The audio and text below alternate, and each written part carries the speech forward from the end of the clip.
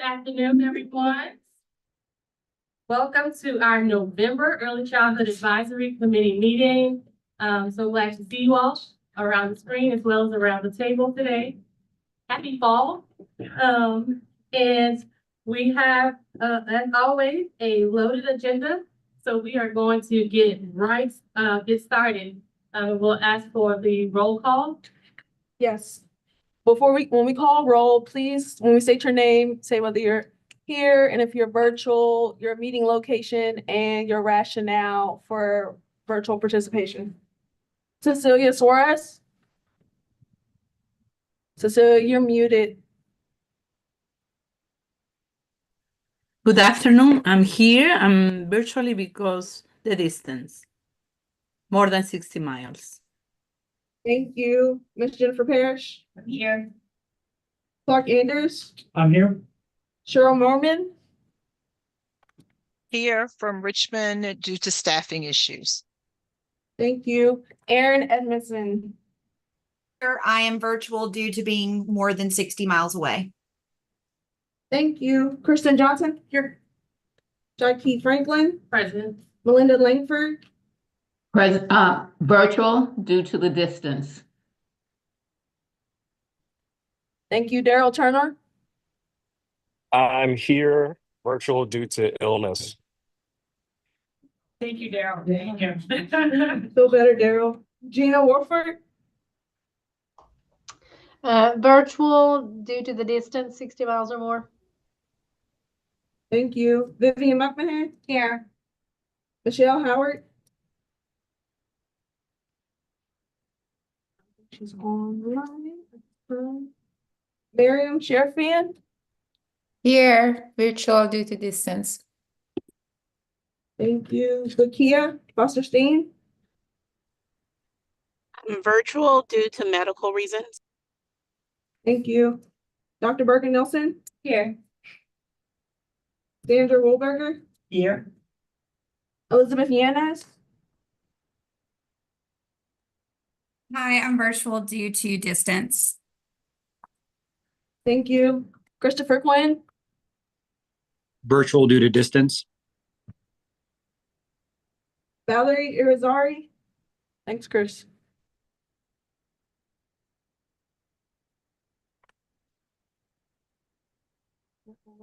Time. Wendy Lipscomb. Here. Holly McCartney. Here. And Susan Patrick. Here. Pass it back to you. Sure. Thank you. And understand we do not have a quorum in person, so we will not move on any actions today. And so we will table our approval of the September minutes for our next meeting.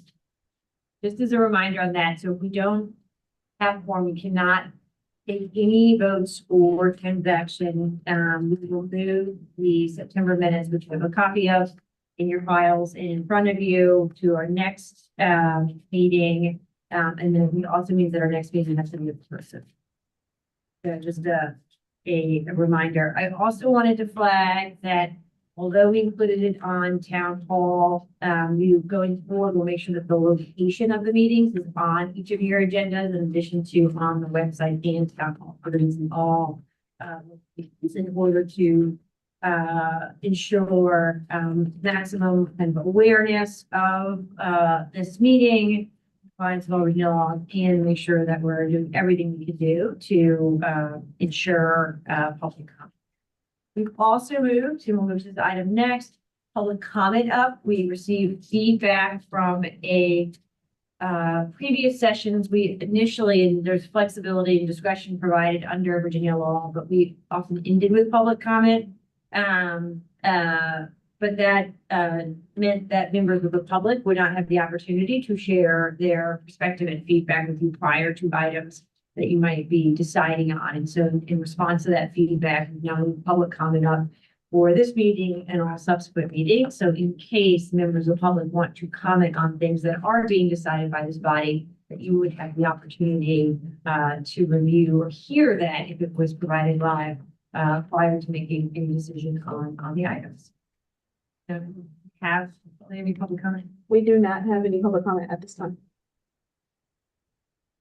Having said that, we are ready to move into updates. Let's turn it over to you, Jenna. Excellent, thank you. And please, if you cannot hear us at any point, folks joining virtually, please let Aaliyah know via chat. So we have a series of update items that we wanted to make sure that this group was familiar with. None of them require any kind of action or decision, but as we wrap up, it's hard to imagine, wrapping up calendar year 2024, there's just been a set of things that are relevant to this body to be aware and updated on as we think about some of the decision items that will be in front of this body and the Board of Education going into 2025.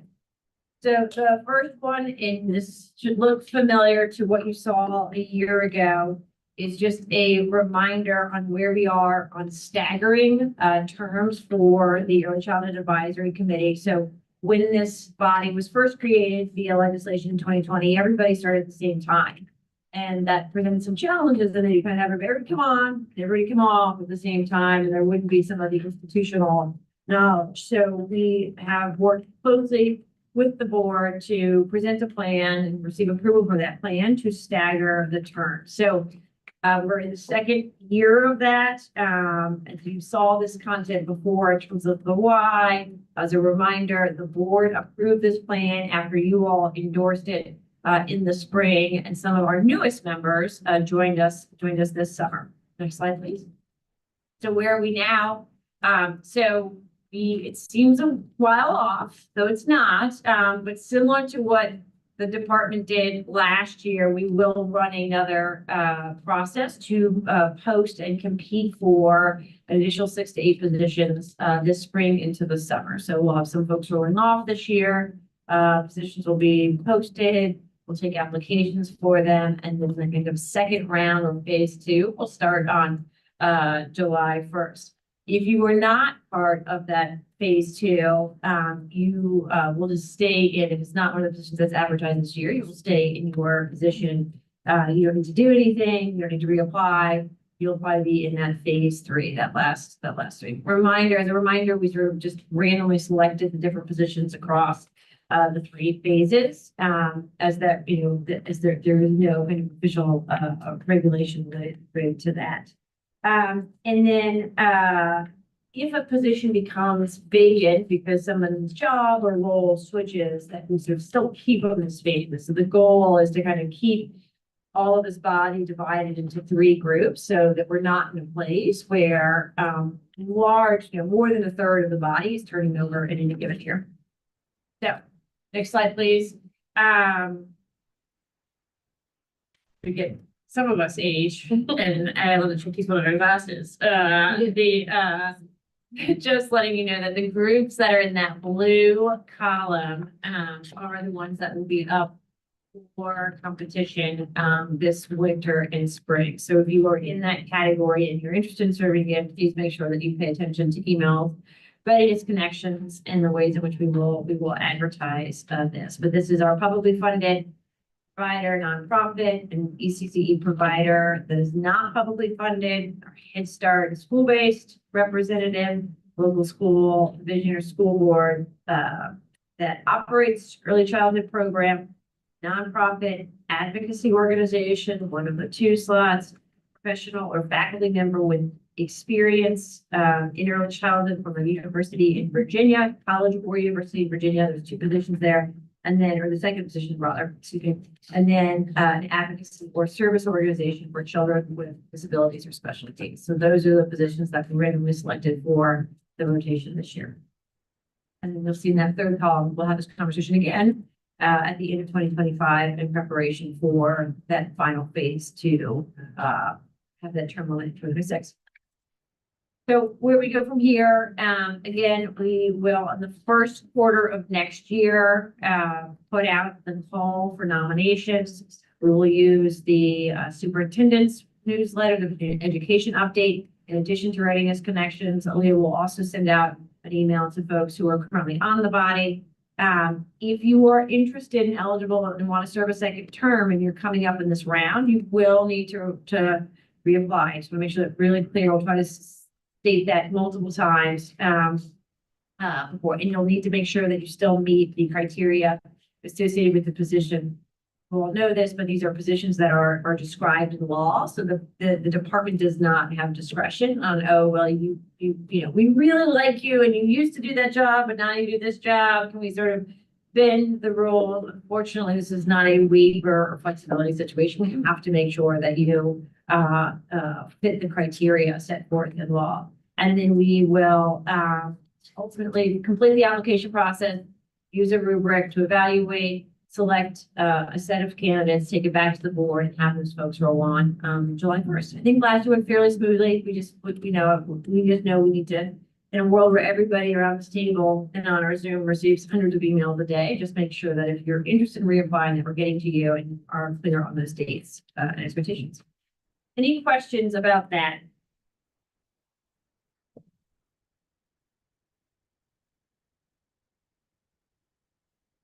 I should note, while folks are contemplating questions, this is also a moment as we prepare for next week and all of the gratitude and appreciation.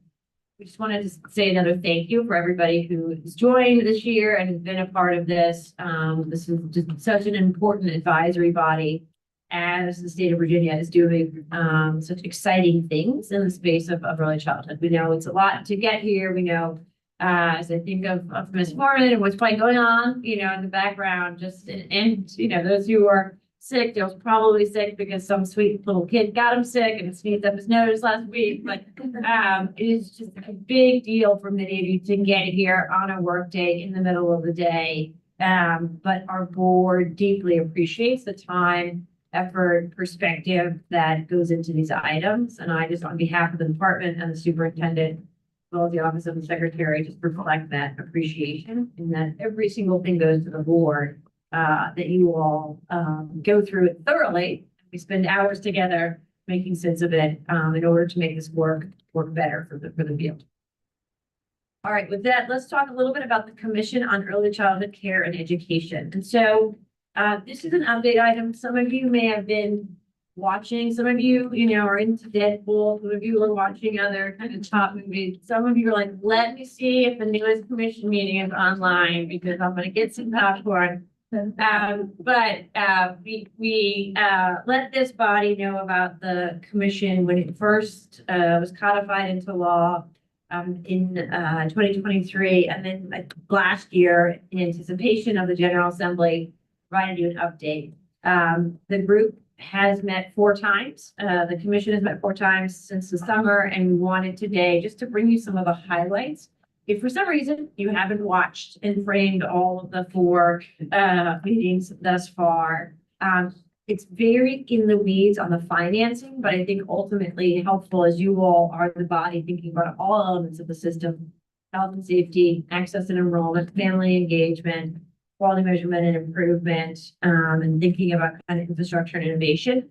There's elements of that are relevant for this group. So this commission has a really specific charge. It's different from yours, and that's not about advising on policies prior to the board, but is really about looking at the financing of the early childhood system and then providing recommendations to the governor and to the General Assembly, namely the fiscal committee, so House Appropriations and Senate Finance.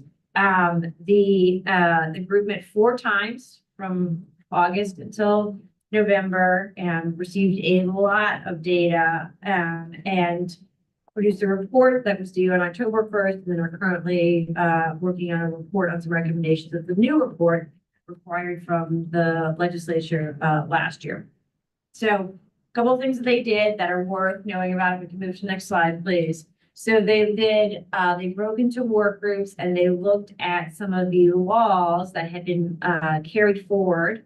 It did not pass last year, but were carried forward to further analyze, and kind of came up with a report that described some of the perspective on that. So one example was there was some talk of a child care substitute pool grant fund. And so the work group met on that, brought that back to the larger group. I think there was an acknowledgement that the workforce is still the most salient and important issue for the sector. You know, there was a lack of consensus on whether the sort of pooling or putting dollars towards a substitute, but it was the way to solve for that. And the folks had different sort of perspectives on, whether or not we should fund that or sort of potentially, focus more on things like the wait list, right, with a limited source of dollars. But I think certainly an acknowledgement of the importance of the workforce challenges. There was a proposal about reimbursing childcare vendors based on enrollment. That when we engaged with the work group as well as the patron of this law, helping them understand between when that law came out and some of the changes in federal law, that this is now required federally. And so kind of it probably makes sense for Virginia to continue to work towards implementation, but get a better understanding of what the federal requirements were, how this was working in other states, and potentially most importantly, Virginia needs to put in place an attendance tracking system so they can actually make sure that they're encouraging attendance at the same time that they're paying by enrollment if you're going to separate payment from attendance. And then lastly, there was a good conversation about whether or not we should make childcare educators categorically eligible for childcare subsidy, and looked at some data around how many childcare teachers are already participating in the childcare subsidy program. Again, folks said we need more childcare teachers. We got to figure out how to attract more childcare teachers. There is a question about categorical eligibility because the only real new group that it makes eligible, based on some of our higher income cutoffs, are folks who are, making significantly more than 85% of state median income, and that would be sort of potentially considering what we know that the salaries are in childcare that are sort of more affluent households that maybe, it would be harder to justify making them the priority as compared to, a household that was at, truly below the poverty line, right? So kind of thinking through, so there again was a sense of like, okay, like we need to sort of work on these workforce issues. We need to make sure, I think there's some consensus that if there are childcare educators who are eligible for childcare subsidy, that they're aware of that and supported to apply. That then also led us back to the conversation about the wait list. So even if we did make childcare teachers categorically eligible, next week, that they would then go on a wait list that is now over, 11,000 children. So that was just kind of, but that gives you kind of a sense of the type of conversation and sort of, even though I think that the desire is to continue to better support the sector, the kind of how we might get there. So there's a range of different perspectives. And then the other thing that we discussed at length was how we think about some of these policy decisions that, as I've described to this body before, have now been codified in the Virginia budget, and so therefore kind of require action by the governor and the General Assembly if you want to shift them. So as part of codifying them last year, so they said, we're going to keep co-payments where they are. We're going to keep work requirements where they are. We're going to, fund more of the system. That was the very exciting budget package. It also said, but we want the commission to look at these very issues and provide recommendations, in anticipation of next year's session, right, of the 2025 session. So those topics were discussed at length. And the next few slides give you a kind of an overview of what we discussed with them. Next slide, please. Good question. Yep. When is the federal government requiring that enrollment? Is there a requirement for specific time? Yes. So it went into effect when the rule went into effect, but they gave all of the states the ability to request waivers for up to 2 years. And so Virginia has requested a waiver. So that would mean that for us it would be summer of 2026. So I think one of the really important data points that shaped all of the conversation, kind of regardless of your position or perspective at the commission, was the presence of these wait lists. So just as a reminder to how we got here, we faced a pretty significant risk of a federal funding cliff a year ago, right? That there had been increasing parent demand for our programs, but some of those slots were funded with COVID-related dollars, and that thousands of kids would have to go off childcare subsidy and mixed delivery if the state didn't step in. The state stepped in a big way. But as part of doing this, also kind of set up a really clear framework. Here's how many slots you're gonna fund. Here's how you're gonna determine where those slots go. Here's what we're gonna do about co-payments and work requirements. And as of July 1st, if there's demand that is greater than the slots that we're funding in the budget, well, the programs are gonna be required. Childcare subsidy, mixed delivery, VPI to create wait lists. And so that was kind of something that was a pretty big shift for the field. If you looked at historical data, we had wait lists before on the childcare subsidy program. They were in the low thousands, if that. So it was not sort of significant. We create a wait list as required by law in partnership with our colleagues at the State Department of Social Services, as well as the 120 local offices across the state, and in a way that maybe could have been predicted based on sort of the kind of unusually high growth in this program, certainly exceeded what people thought was going to happen in terms of some of the estimates. So this wait list just grew and grew and grew. As I'll show in a second, the rate of growth has slowed down, but as of the end of October, we have over 11,100 kids, even higher, probably about 11,600 kids now on the child care subsidy wait list. This is very significant growth. The single biggest age group is infants and toddlers, so just a sort of historic demand from these populations, then followed by preschool and then school age.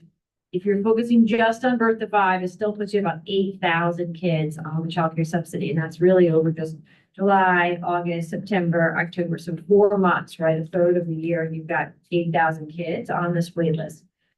I want to clarify, we've been asked this question before. This is different from the wait list that Jen or Clark might have at their sites, right, where there's not enough capacity. These are places where, for the most part, families have said, we have got a spot, we just need the voucher, we need the financial resources to be able to take advantage of that slot. And I think it was Clark or somebody else talking last time. Now, if you get to a family who's on childcare subsidy next on your waiting list at your site, like they're often having to turn this down if they don't have access to the voucher to make the childcare affordable. So we have heard from every corner of the state, deep concerns about this. I think it was, again, as we sort of said, if you looked at historical trends, this just reflects a higher demand than we've ever seen before. We think there's a set of factors here, including data points that we've shared with this group before, more kids than ever before under the age of 6 in the Commonwealth, with all available parents working.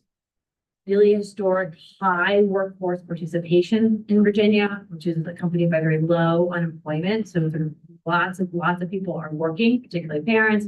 And then, as we'll talk a little bit about later, I also think that it speaks to some of the trust and credibility that our public-private system has built with families. I imagine there just continues to be more and more families who want their kids to benefit from being part of this system. So about 70% of our localities have a wait list. We've looked even at those that don't have a wait list, and we're talking about, there's just not a lot of wiggle room because this is so based in actual. So if you don't have a wait list, you're like right there within, fewer than 10% of spots sort of open kind of through attrition or other things.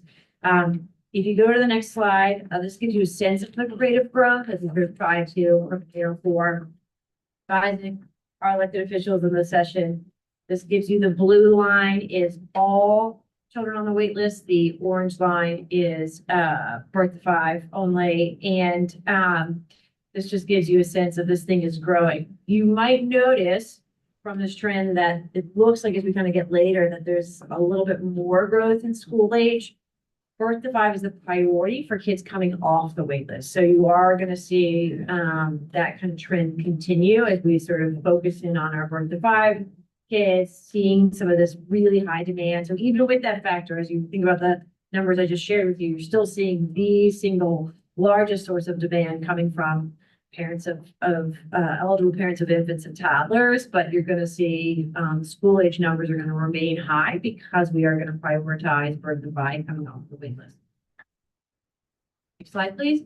We also see quite a bit of variation across the state. So if you look at wait list as a percentage of the slots, and you break that down into the non-ready regions, the statewide average is about 26%. So again, just sort of reflects some of the significant growth, just a real desire for these services. But you'll see kind of a bit of a variation. I should note, capital area is not necessarily an indicator of lower demand for my colleagues up there. I would just want to note that the County of Fairfax continues to play a huge role in providing local vouchers. And so they have really stepped up, and just want to kind of acknowledge that in terms of, as there is scarcity of state resources, part of the reason we see lower demand for capital is because our folks in Fairfax have really stepped up and are funding a significant number of local vouchers. Thus leading to, because again, remember, Fairfax is about 20% of the state's population. And so, that really speaks to the contributions being made locally there. But you see, nobody is immune from this. This is true across the state in pretty significant numbers. As I said before, nearly every community has a wait list. We're just raise with things close to that as we go forward. I also say we're getting sort of initial data on this over time. Number of kids coming off the wait list and being served is very, very small. Each month we have far more kids, far more families who just say, I'm going to opt off the wait list because it's just not tenable to wait. I'm going to, and likely what that means, I'm going to opt out of work. Then are coming on to the certificate program. So the wait list does drop and kind of goes up and goes down, but it has more to do with families saying, we just can't wait, than it does with actually families who get getting into the.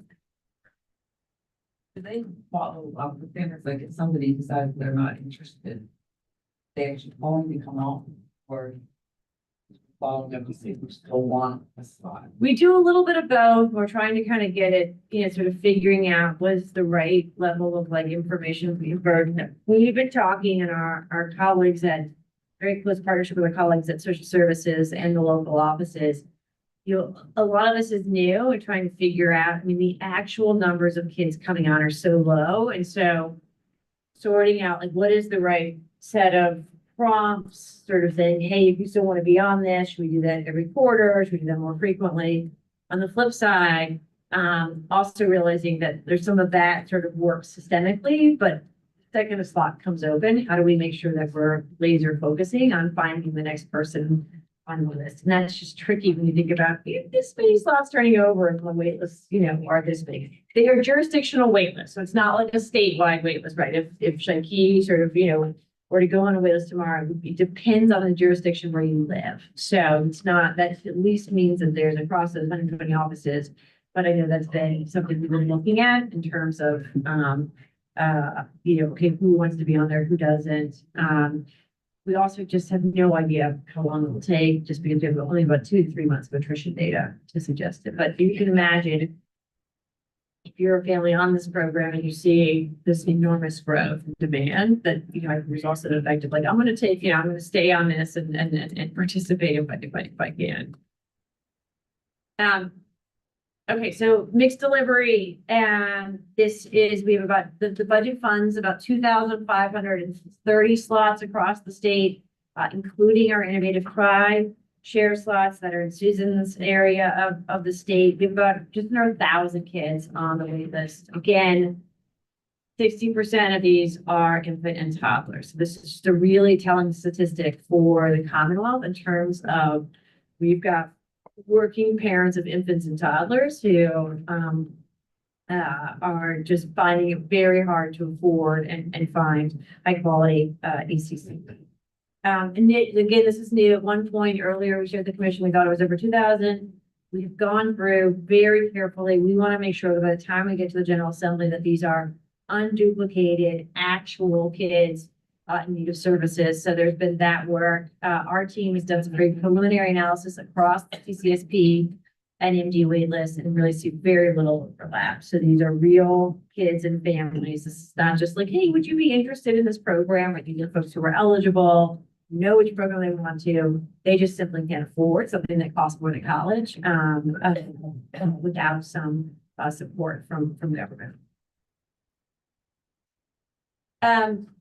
We shared them with the commission what we know about BPI. And again, all of this is the goal of sort of informing finances going forward. The BPI situation looks a little different. These numbers come in fall enrollment. And I'm always thinking about what is the simplest way to explain this rather complicated section of code and budget. But basically, the formula says this is how many slots the state is required to fund. Each year, then the state makes some adjustment based on here's what we think will be the kind of rate of non-participation, right? Where we sort of, we don't think is actually going to be used. That's sort of prudent budgeting.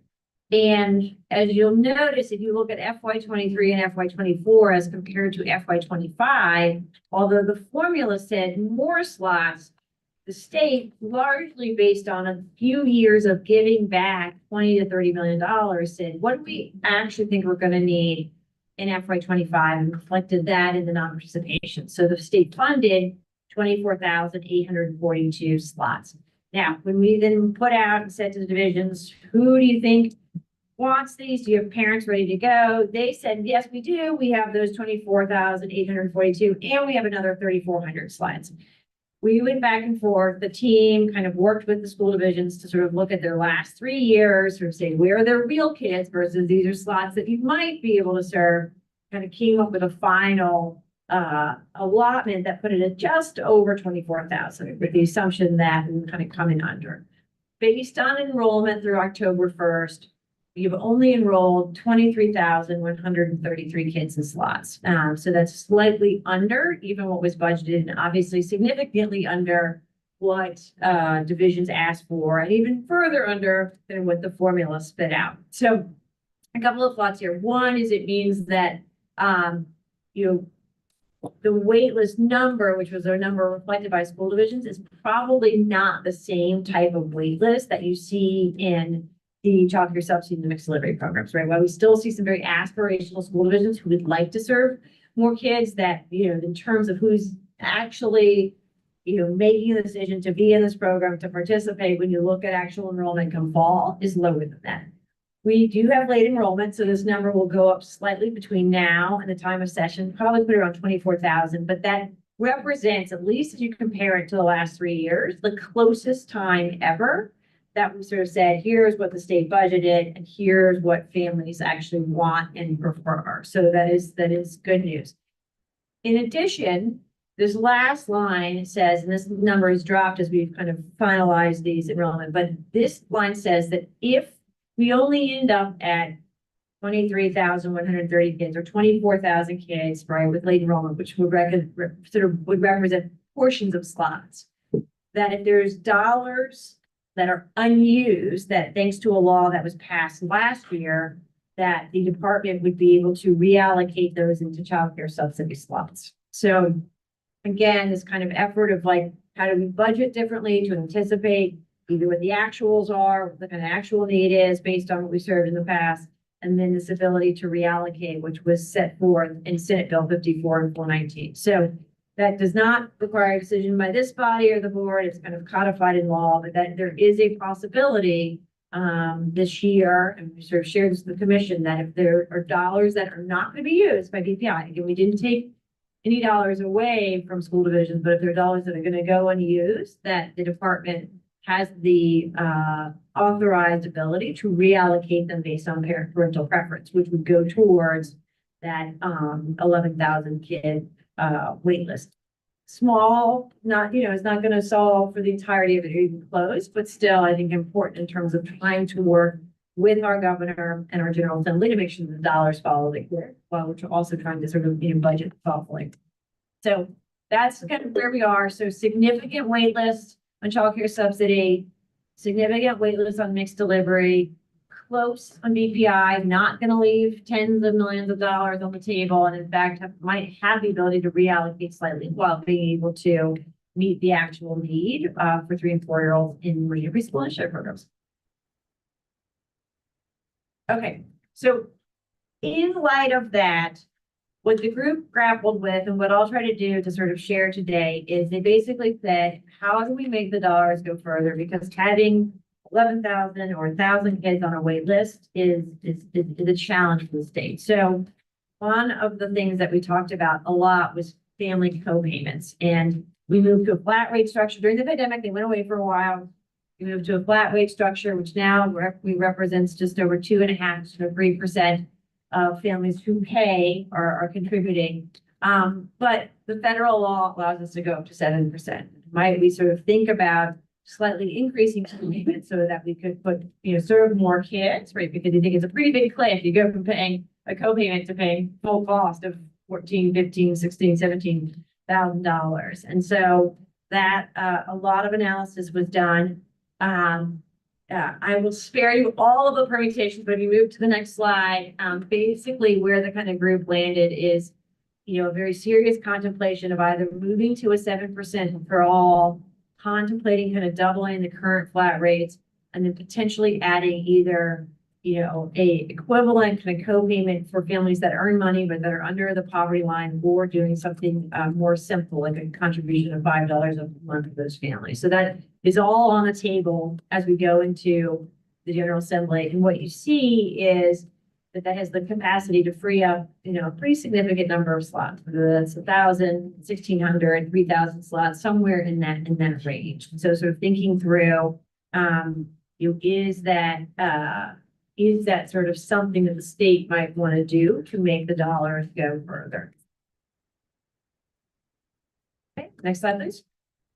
The other one that came up and we were tasked officially to look at was job search. And so we've heard from the JLARC study to some of our colleagues in our local offices to others that, if you are looking for a job, you are eligible for child care subsidy. If you lose your job during the course of the year, you are eligible to you can stay eligible for child care subsidy and have some time to look for an additional job.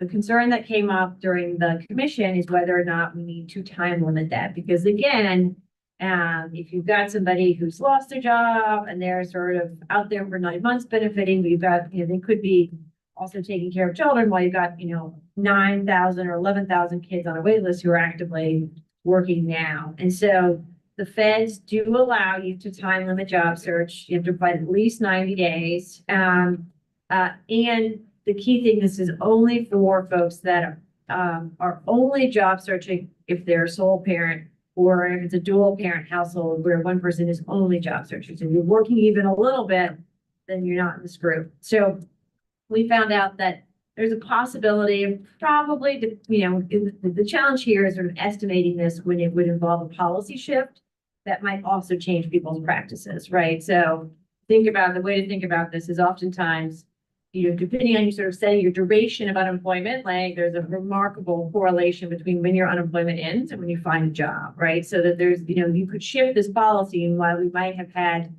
1,500 households in this category last year, if we tell them that you have to find a job, you might have some of those households would stay on the program because they would, have changed different practices, might find a job more quickly, might take a job more quickly is kind of the consideration here. So, but ballpark, we think that you could maybe free up about 1,000 slots by time limiting job search. The big question mark here is, if you change this policy, would that change people's practices? In which case, they wouldn't vacate the slots, but instead, they would stay in them. But that's our best estimate based on the data we've got. As part of this conversation with the commission, we're just sort of sharing some highlights here. There was this real interest in where are people working, right? And kind of who is this program benefiting this? And one of the classic tales of government and creating data systems and open-ended fields, one field that one might not want to make open-ended would be employer. So the way in which we understand the employer of the 40,000 plus kids and families on subsidy is by an open-ended field. So I joked with the commission, I've never seen Virginia Tech spelled so many different ways. Institute, VT, VA, TECH, Virginia Tech, VA Tech, the whole thing, that university in Blacksburg now, Hokie Land, like the whole gamut. So we had some incredible colleagues at UVA who helped us make sense of this, but this gives you a sense, when we talk about working families, like these are the types of jobs that CCSB families are reporting. So like significant portion are health and healthcare, which would make sense in terms of where you have moderate, low-income jobs, where you just cannot do that and also care for a child. There's a trend here. You'll see most of these are not remote work. That's followed by education and childcare. A little bit of a surprise to us, 97 of the 131 school divisions were listed as employers for folks in childcare subsidies. So I don't know that's something you think about, that like our ability to have enough teachers and staffing, really kind of think about instructional aides and bus drivers and cafeteria, some significant portion of them are there kind of thanks to support and part from childcare subsidy program.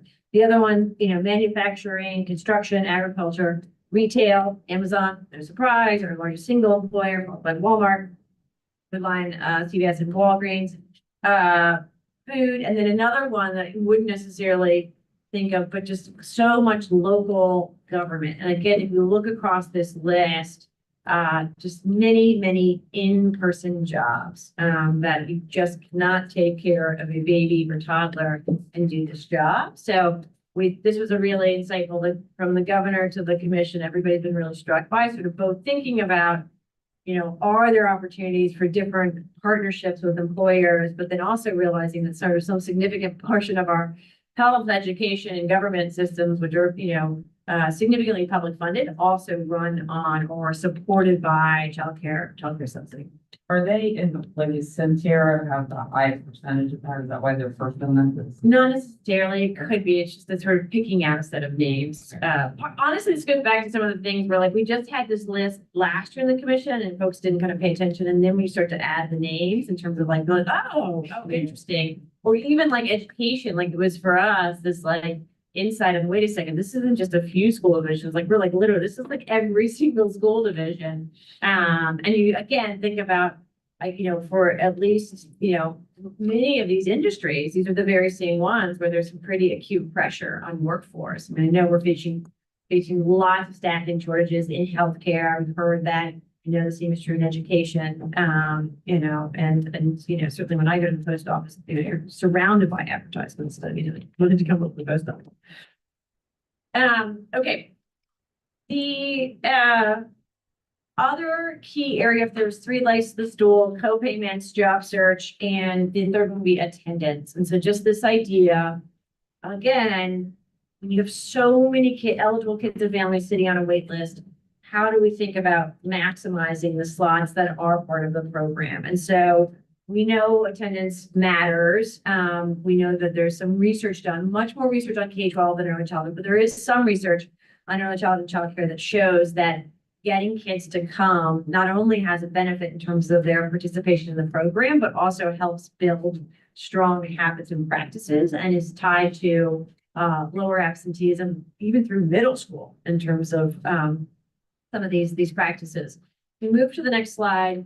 You'll then see that, and this is very reminiscent, I thought, of Dr. Nelson and some others who were at the conversation about licensing around the various reasons why children may not be able to come. And there was one of my less favorite, make your stomach turn a little bit, and all the various communicable diseases that keep children out of childcare. We want to keep sick children out of childcare, but what we decided to do is present to the commission, let's compare it to pre-pandemic norms. Let's not have a debate about how often an infant should or should not be sick. But let's really look at, how our current numbers compare to pre-pandemic. Again, with the assumption that, for most, and in many ways, 23, 24 is like, we were fully kind of out of some of those kind of pandemic kind of affected sort of trends in terms of attendance.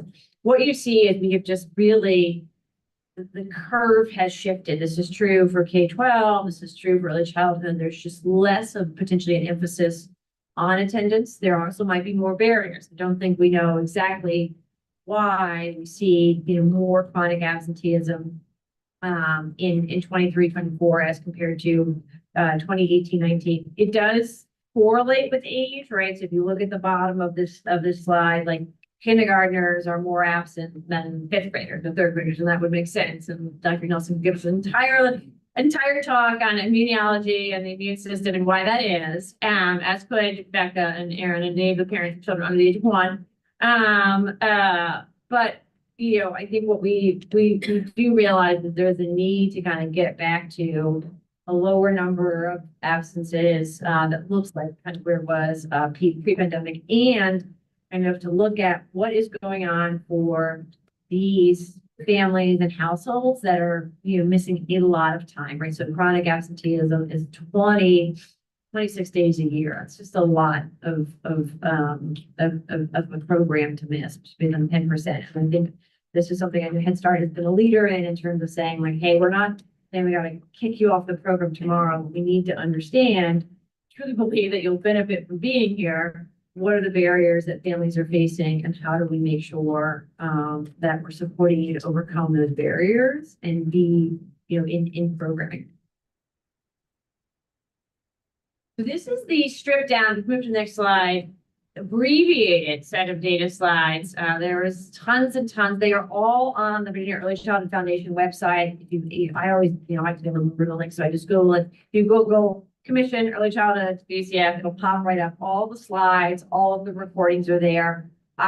We wanted to sort of wrap with the kind of this body understanding kind of where the commission left it as we kind of go into the legislature. So I think addressing the wait list, particularly for working families with kids under the age of 5, it needs to be a top priority, and there's a real sort of consensus around that. I think there is a willingness to explore kind of increasing co-payments and kind of balancing between what families can afford and, you know, how we can make the dollars, the state dollars in particular, go further. This, you know, and you don't have to apply the same kind of, you know, methodology across the groups if you think about kind of some of our most low-income families. We did hear from private providers who said oftentimes, like, we bear the brunt of that. Like, if we can't collect those co-payments from families who can't afford them. And so being kind of trying to sort of strike that right balance of, you know, if you charge a really high co-payment, but the provider can't collect it, well, then it's our private providers, right, who cannot take in those dollars, and then in turn, childcare teachers get paid less. So kind of just understanding the kind of the connections there. On job search, I think there's a desire to sort of be reasonable. We want families to be working. We want to kind of have the right incentives. On the other hand, if there's an extraordinary circumstance, could we provide some flexibility to account for that? On attendance, really working on reducing barriers and increasing attendance. And then I think the other thing that continues to come up is, you know, we still are facing challenges around supply, childcare deserts. How do we, it's been a system that's been sort of operating in scarcity, and how do we look at, particularly thinking about business and philanthropy and others, right? How do we think about sort of more sustainable funding for the system? Let me pause there. Are there questions about the commission in terms of next steps as you're considering your questions? So these 2 reports will go to the General Assembly. I think what you will see, similar to what you saw last year, is that there will be, again, if you look at it now, it's called section 12510 of the education budget.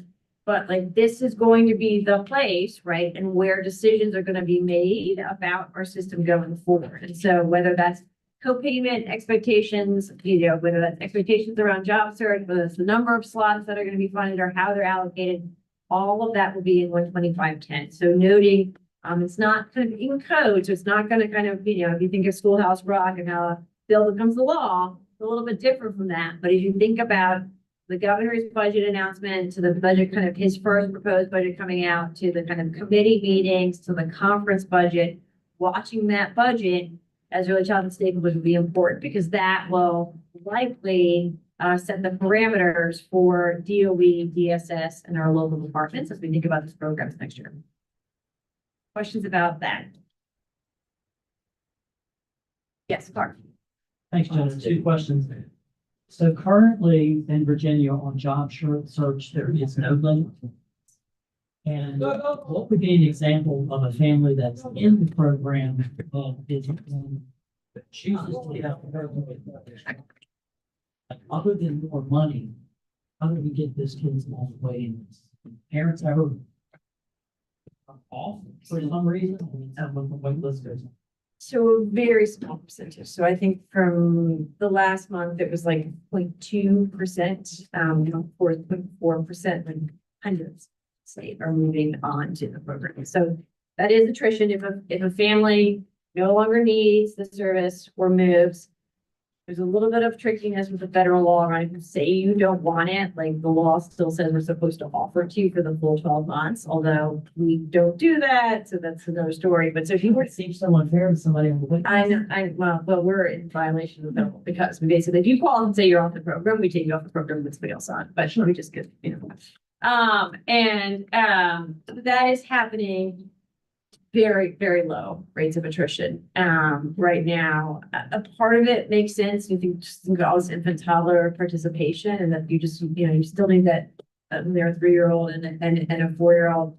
And then I just think a lot of these families are just relying on this even through the 4-year-old and 3 and 4-year-old ages because they just need the full day, full year. But the attrition rates, which we're monitoring, are very, very low. Second question, on the commission, I know there are 3 members. They the ones who are gonna work to make this happen in the budget. Yes, so there are members of both parties, there's senators and there's delegates. They participated very actively throughout the commission meetings and the work groups. And they're and there's a steering committee that also includes a delegate. So that some of their where there was consensus will be reflected in those reports. I would imagine you'll also hear from them throughout the session. Officially, the groups that tend to be most influential on the budget are the governor, House Appropriations, Senate Finance, and then whatever delegates and senators are named for conference, right? So if you remember in the budget process, the 2 budgets come out, there's a set of folks from both sides who are named to conference that may or may not be on House Appropriations and Senate Finance. Those are the folks that are going to be most influential. It'll be interesting to see if any of those also happen to be commission members. It's just a little bit different that you're not going to likely see a bunch of laws related to this. It will all play out in the budget process because of the way Section 125 was Such a fun process. Okay,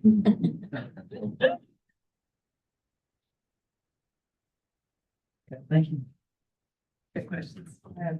yeah, I'm sorry. So when they're talking about by increasing the co-pays, that means that it would allow for more subsidy slots.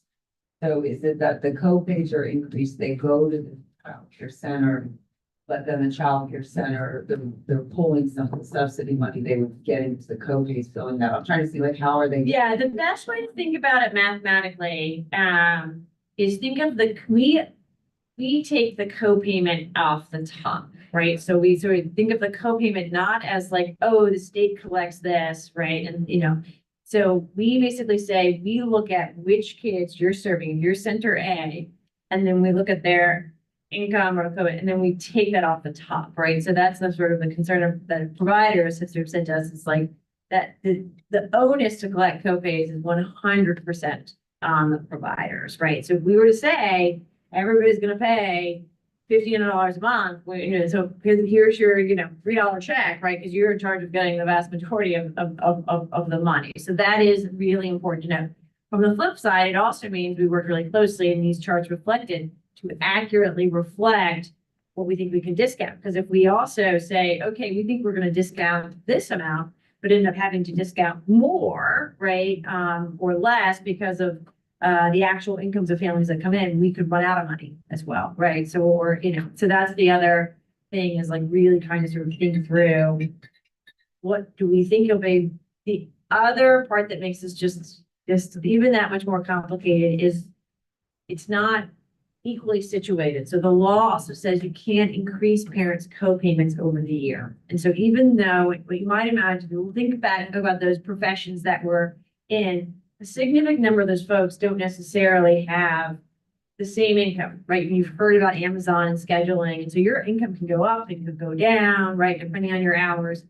So if you come to us and your income is here, we charge this co-payment. If you happen to make more, the way the federal law says is actually you can't charge them anymore.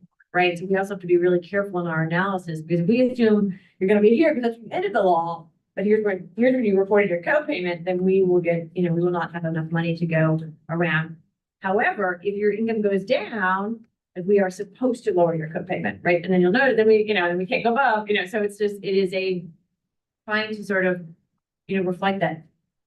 We operationalize the flat rate rather than the percentage of income, partly to sort of create a little bit more stability for providers, because if you have to deal with an actual percentage of their income, then that can go up and down all the time. And so the idea is if you're in a range, you're going to do a flat rate.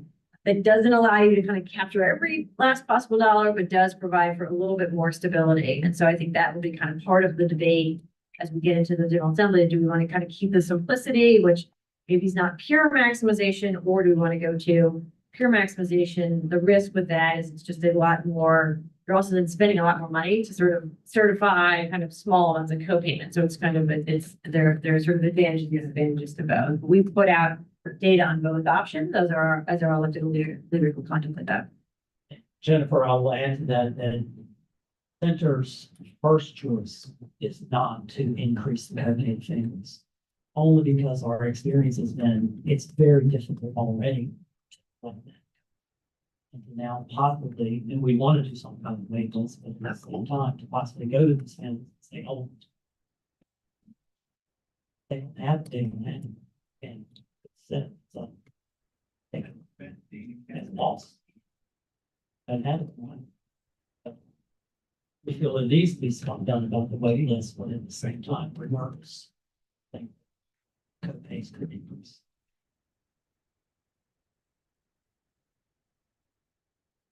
So we're gonna, if there's additional questions, feel free to let us know. And again, I think, the good news, even though as we should, there's just some pretty challenging data in front of us. The good news is that the commission and with its bipartisan leadership really has elevated these issues. And so I can't think of a time, even in my experience here in Virginia, where so much of this data has been out and available, going into the governor's budget and the General Assembly, and sort of also available to stakeholders and others, across the state as folks are grappling with. I think Clark just described it very well. These are just trade-offs, right? And really sort of thinking about how do we make the most of the dollars? How do we sort of look at actual parent demand, and sort of make sense of that. I would say, as we move into our next topic, that part of the reason that more parents than ever before are interested in this programming is because of some of the data, we have to go to the next slide, that we are seeing when you think about, our effort to measure and improve quality across the state. So very exciting. A month and 2 weeks ago, we launched early childhood quality.doe.virginia.gov. Enormous effort by our BQB5 and our data and technology teams within the Division of Early Childhood to make this website happen. 3,121 site quality profiles that represent every city and county in the Commonwealth. So this was just huge. Thanks to the work of our Ready region partners, we sort of tried to make sure there were no surprises as we rolled out this information. And if we go to the next slide, you'll see a lot of resources for sites, for regions, for families, and for the general public. I think since we've launched, we've had over 39,000 views of the website, as well as had over 850 data downloads. So if you want all the data in the state, we put it up there. After you finish watching the commission, if you want on your Saturday night, download some data and play with some Excel, all is available on our website. But really exciting moment for early childhood. Some of you have heard this, if you've heard me talking all about this, if we move to the next slide, just the kind of the key talking points here. So just really an exciting moment for the sector. We did fewer than 1,000. I think it was fewer than 900 class observations in 2019. And last year, Virginia completed just under 28,000 of those observations. Infant, toddler, mixed age, preschool, childcare, Head Start, family day homes, schools. We produced, including, thanks already, 100% of the observations in the spring. So the 3,121 quality profile. if you think back to when the law was passed, I don't know that anybody thought that that was even possible. Along with that, it's not just sort of information about these sites, but it's kind of information that parents and partners and stakeholders have never had before. There's 28,000 observations represent 2.1 million minutes of insights into what our kids are experiencing. And that's just very few states, if any, sort of have that level of information down to the classroom level about what kids are experiencing. And so that's really exciting.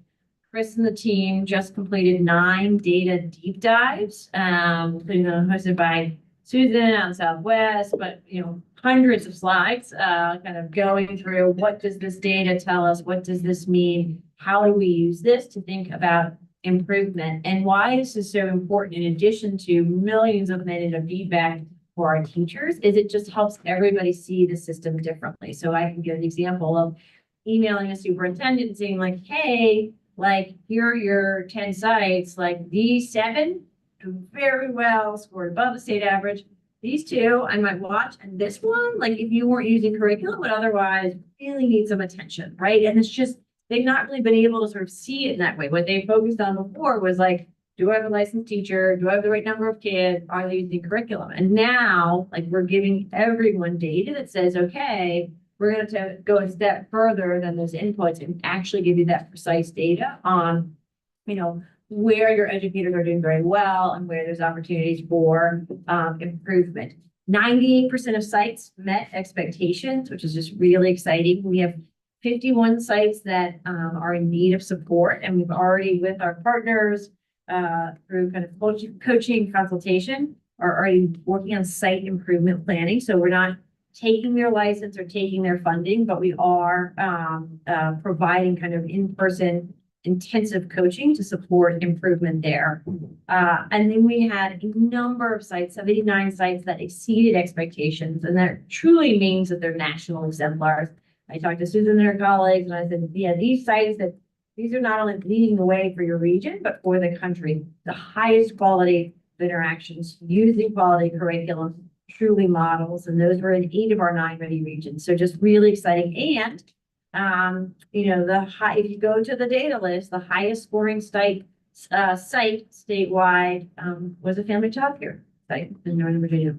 I also will note that the lowest scoring site for the family childcare, not the same, but this just gives you a really different way about thinking about the system, less stereotypes about the name on the outside of the building or the funding source.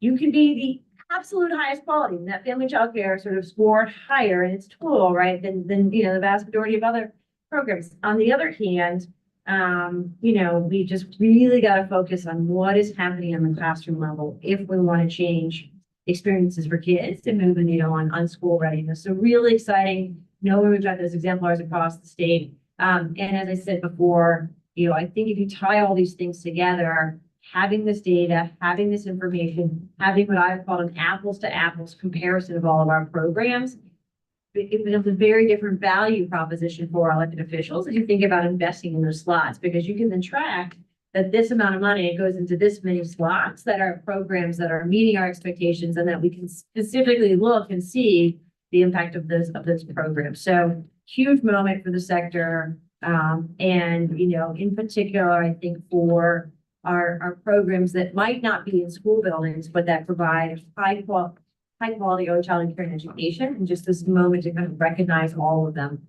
I often say when I spoke to the media, this is not about babysitting, right? Babysitters don't get 3-digit scores, right? With like this kind of rigor around them. This is truly about early education, and it happens in all sorts of settings.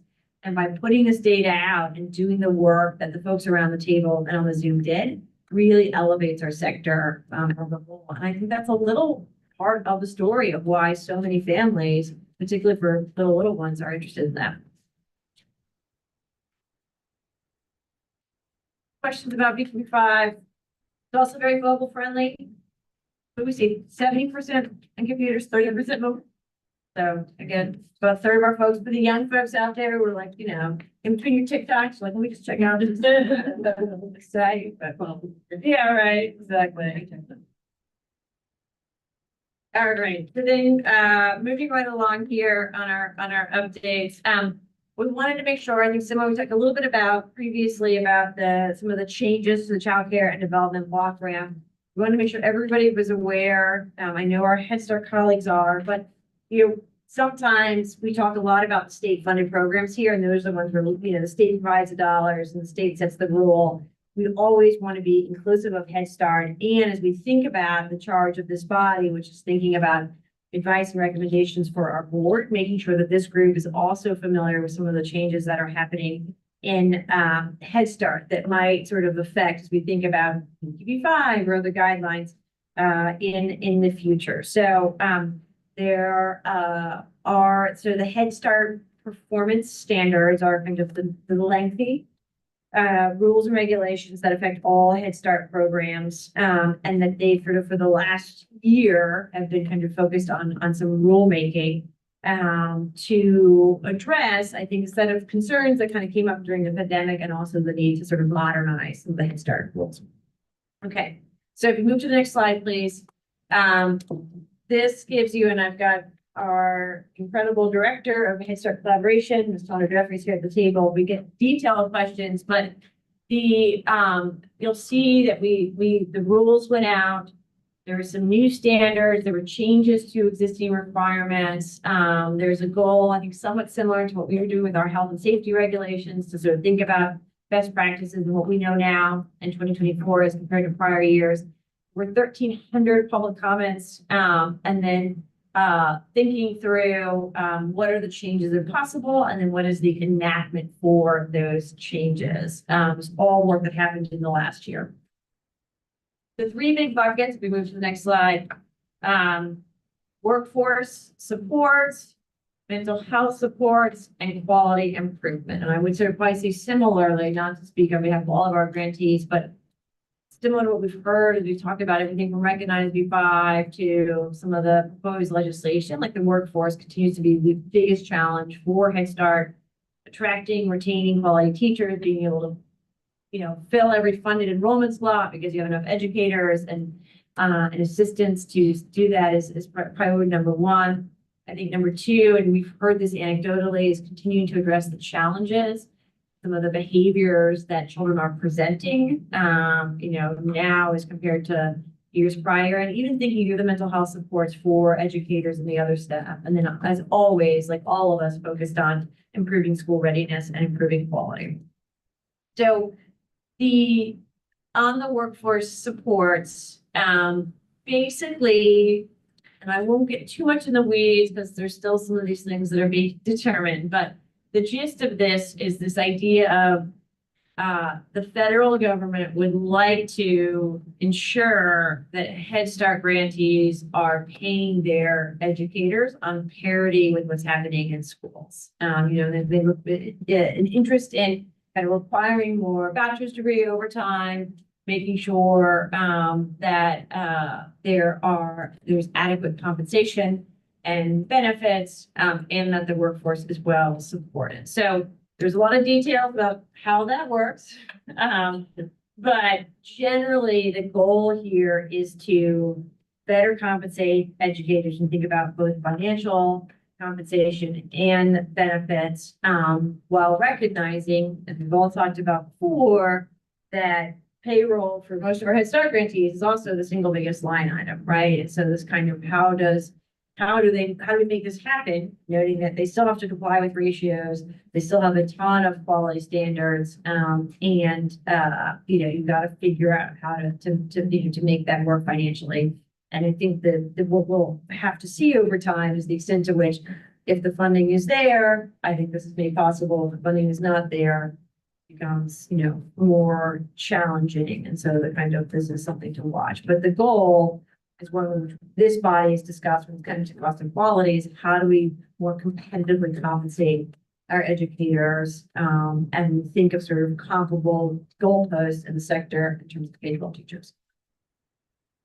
The next one will be summary of mental health supports. So again, thinking about how do we ensure that our grantees are integrating efforts around mental health, thinking about sort of supports for mental health, getting advice through advisory committees on this, and thinking about, how do you bring more support for the behaviors that adults are finding challenging. I think at the same time, there's also an acknowledgement that we need to have a strengths-based approach to this. And so making sure that we're not putting any of this on the shoulders of, 3 and 4-year-olds who are facing incredibly challenging circumstances, but recognizing that this is a really important need as we go forward. And then as you look at quality improvements, there's a few set of things on things, some of which look similar to what we've heard before, but I think there's continue to be some issues where kids are in dangerous circumstances and there's not expedient reporting, so clearly defining that, making sure that 10% of enrollment is children with identified disabilities, developmental delays, or special needs. Thinking about kind of recruitment and enrollment in 2024 as compared to earlier, looking at, and again, you'll see these things are at times challenging to do all together. You also want to limit your caseload for your family support worker. But then often those caseloads got bigger when you're trying to kind of put more teachers in classrooms, right? And so kind of all these things relate to each other. And then the other one is looking at places, particularly places that have become more affluent. However, the cost of living is very high. We often give the example of Northern Virginia where, yes, it looks like that salary is higher than other areas of the state, but also the rent is more expensive, the transportation is more expensive. And so trying to continue to prioritize serving our most low income and in-need families, but also saying that there could be different ways of thinking about those income cutoffs, particularly if you're in an area where housing is very expensive. And so, you might be just above an income cutoff on paper, but if you're paying 50% of your income for housing, then you're not in a place where you can afford any to pay for childcare. Okay, let me pause there. Sandra or Shaki or other, let's start folks, maybe you'd add to.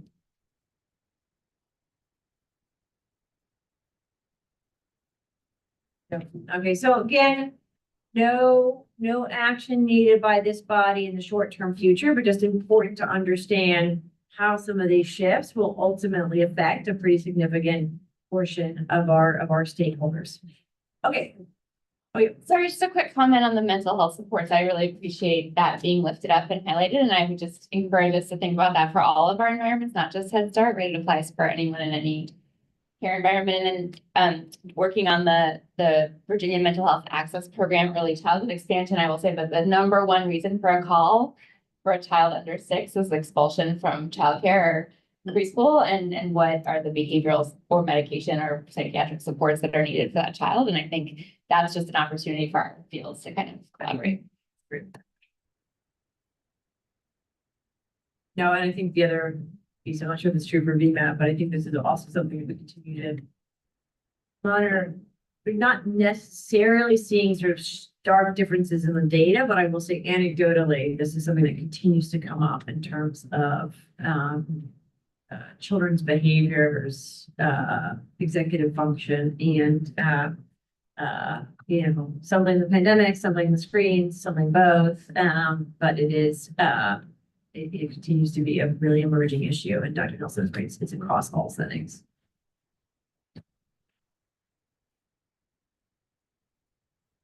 All right. The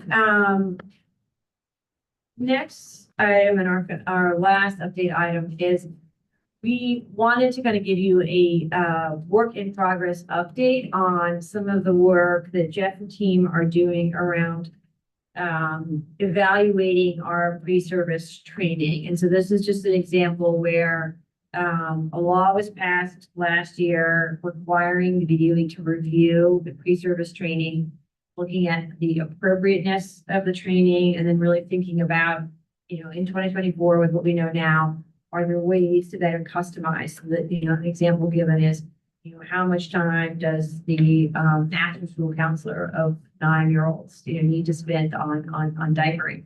Jeff always reminds me that there could be a special needs situation in which there is, a need, But, thinking through kind of how do we adapt with time being, one of the scarcest resources to sort of think differently about this training. And, including kind of excluding portions that are just not relevant, right, for those providing care for kids at a certain age. So we also know that there was a JLR report, sort of, and part of that JLR report also said, hey, take a look at this, make sure it's relevant, it's useful, it's applicable, and then thinking about, is there just a better way to match training to roles and responsibilities.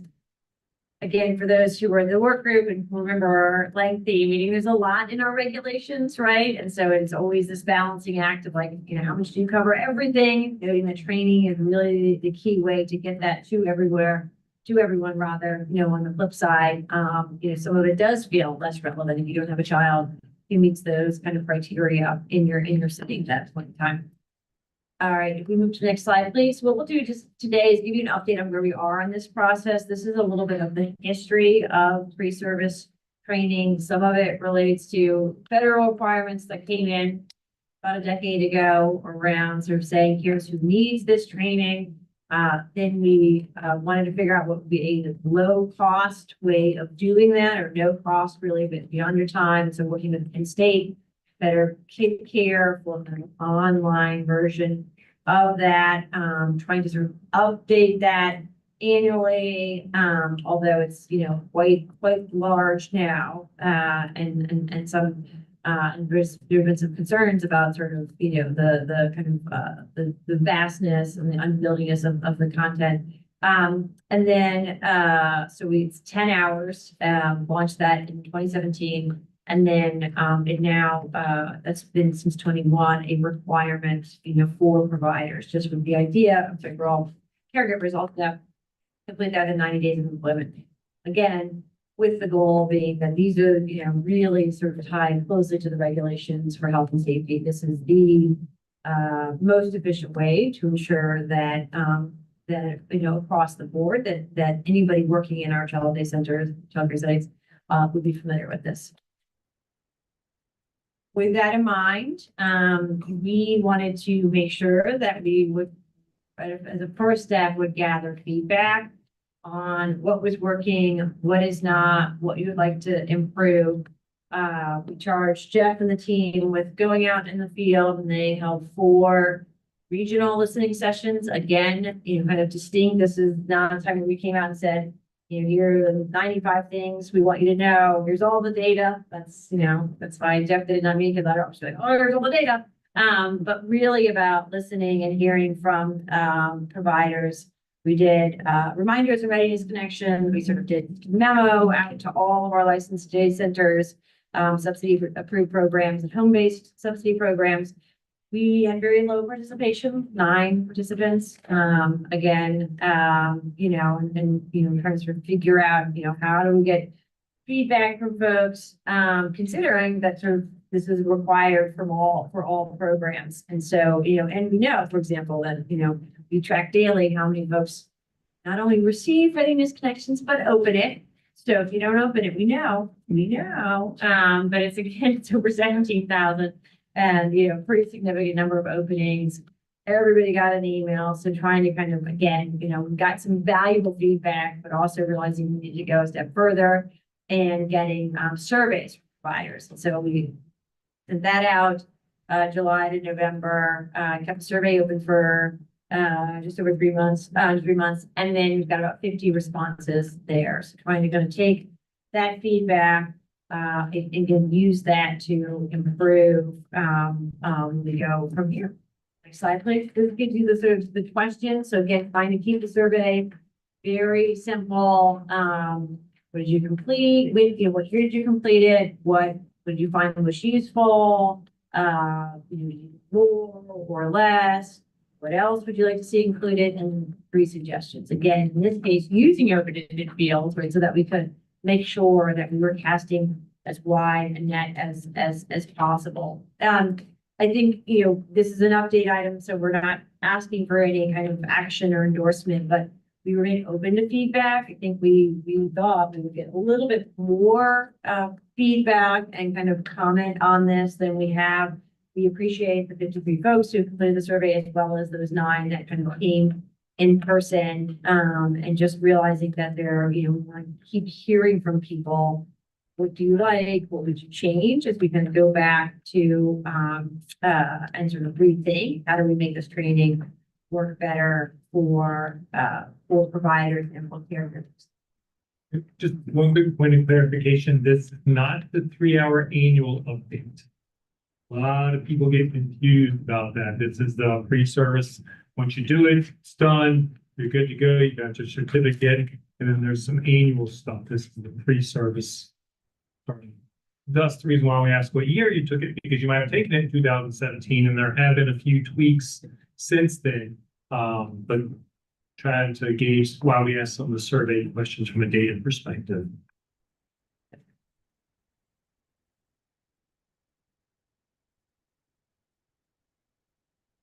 So as we go forward, Well, I can I jump in real quick? Yeah, of course. I'll comment on the readiness connection. I was gonna say this at the end, but it's probably important to say it now. That publication is outstanding. I don't know who does that or who writes that, but you mentioned how many are open. Can you track how many times they're reopened? Because all of them. Absolutely right. That is a outstanding source of communication. So thanks for doing that. It's working. I use it and I've talked about it. The now participants, I'm sorry, you only had that. Sound like a lot of work and a lot of travel for now participants. I think the reason is, and it's one of the reasons I didn't go, sorry. I think the request from the field is very simple, and it's just that it needs to be short and it needs to be relevant to the job. And y'all already know that. That's the fix right there. A shorter training, a 6-hour training. I see the look on an applicant's face when after I do all the other training, I say, and then all that. And they're like, what? Then again, 90 days, don't be in panic mode yet, but it's a lot. Yeah. A shorter training, relevant job responsibility. Here's your things right there. And I think that's why a whole lot didn't come, because you walk in and you say that, we're out in 30 seconds. And you're done, yeah. And you're done. Quick things. One, we had already had this on our radar before the General Assembly. So just want to let you know from ECAC perspective, DOE perspective, who kind of saw this as the writing on the wall and knew coming over from DSS who wanted to look at that. Something I did not know until doing research is the feds actually recommend this be a 30-hour training. Just throwing it out there. 30 hours, they actually recommend it be a 30-hour training. We're like, I'm sorry. Is that the assumption that there is no other training given, or that is in addition to any other? yeah, it's basic. It's the assumption that anybody coming into childcare knows nothing. Because unfortunately, sometimes that is the case, especially, college kids and things along those lines. So one of the things we're trying to think through is, this is contract, we have to do a contract with DSU. So there's procurement issues. Is there a way to have maybe more than one that's geared mostly for school agers, one that's geared for all ages? Because one of the things we struggle with is I get my pre-service training only in school age, and then I start working with infants and toddlers, and you miss out on the part. So maybe there's 2 certificates. There's a school ager, there's a preschool and younger, and there's an all the above. But also trying to balance the family day home side of the house. It doesn't make sense for family day home just to do school agers, but maybe they do. So these are all the things we're kind of thinking through and getting lots of good data to figure out how can we do it. 1, can we do it? 2, how to do it, and 3, how do we do it as quickly as possible? So kind of 3 things we're thinking through as we go through this. And so as we think about that, and I appreciate that feedback, Clark, so we've got the feedback from the sessions, the survey responses. We also got, this came up in public comment, and so we've got several hundred public comments across some of the recent standards and general procedures. So we keep all of those public comments. And so Jeff and the team have pulled that, so it's another good source. As we think about kind of the totality of the changes, we'll continue to make sure we're checking every box for the feds and not shifting, don't worry, that's what I always worry about, you're like, we would like you to review this. Instead of coming back with 8 hours, we come back with 30 hours. We're not gonna do that. I know, right? I know, it's so true. We are going to bring it back to this group, and again, engage you, on what was sort of the direction that we're gonna be moving in. I think about this in terms of short and long term, what can we do with the current vendor? And then if the ask is larger than that, because we need to think, differently, and we're significantly changing the scope of that work, we probably will face and need to do a competitive procurement. One other piece I would, I open the floor for kind of comments on this too, if we think about sort of what are some of the updates that will be available by this fall and then where we should go directionally. I think, the world has sort of shifted in recent years, and there's still some really open questions around how do you best support adults to learn. I mean, I will say on the flip side, as a state employee, I do a lot more virtual training. There are advantages and disadvantages to that. I'm not saying it's my favorite content and the history of content. On the other hand, I really do appreciate that I can do it whenever and wherever versus, when I first started in state government, like you had to go in person and be in a room and like, as you might imagine, my personality, it's my skin crawl, right? Like I'm one of those people that does it in like 1.5 time, got it, let's go, take the quiz, done. I think we're legitimately at that point, right, where you're like, I think we do still want this to be online, even though I know this is something, as we looked at the body of improvement, things that we funded during the pandemic, we'll swear they want in person and then they don't show up, and this is just truly happening across the board. And so kind of really thinking through, should we give out kind of, it sounds crazy, is, games, right, that do it, right? Is it just lecture? Is it that you can do it at 1.5 time? Is that we don't care how much time you take, but you complete the quiz and it's more competency based? We're open there and trying to sort of sort out what's affordable, doable, short or relevant, also realizing that soon, generationally, a lot of these newer teachers are going to come in and be like, I cannot believe these boomers are going to be sit and watch this, like, and it's just not how they learn, and so again, just really, I'm encouraging. I know Jeff and the team have been supportive, really trying to sort of think through, without making any of this too complicated, but we hear it needs to be shorter, it needs to be relevant, it needs to be doable. Jeff's right. It also has addressed the fact that particularly I've also heard from the child care providers that the teachers we're hiring in 2024 are not coming in with the same baseline knowledge that the teachers we were hiring in 2018, 2019, right? So we gotta sort of address that if we want to keep our kids healthy and safe. But this is a place where we continue to remain open to feedback, and we'll hopefully kind of bring something through, either kick the tires with to a subsequent ECAC meeting, and then engage in that as we sort of think differently about. Goal here is knowledge building, how do we do that effectively in 2024 or relevant, but also, build the competencies that our educators and staff need to keep kids healthy and safe.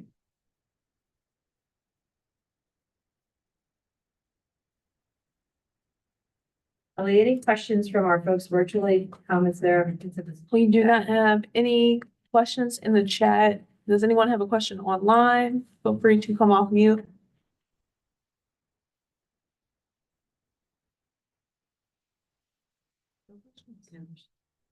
Any other feedback on service training?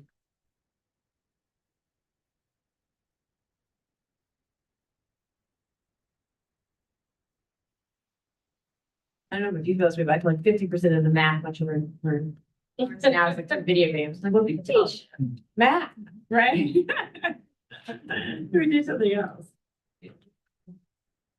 All right, well, if there are no other comments, again, we will move our voting item, which is our approval of the minutes next month, I believe Lee, is there anything you want to share with the body about setting up dates for next year? Or Yes, early December, mid-December, you should receive the annual survey that you receive from us with tentative proposed dates. We ask that you just, when we send those dates around, that you truly think about your availability, because we'll take that as your initial RSVP for the year, and then we'll go from there about just confirming your status. So again, just ask that you're able to prioritize being in person, and then we'll send the survey around completed, by the deadline, so we can get the dates out and on the calendar and send to you all for 2025.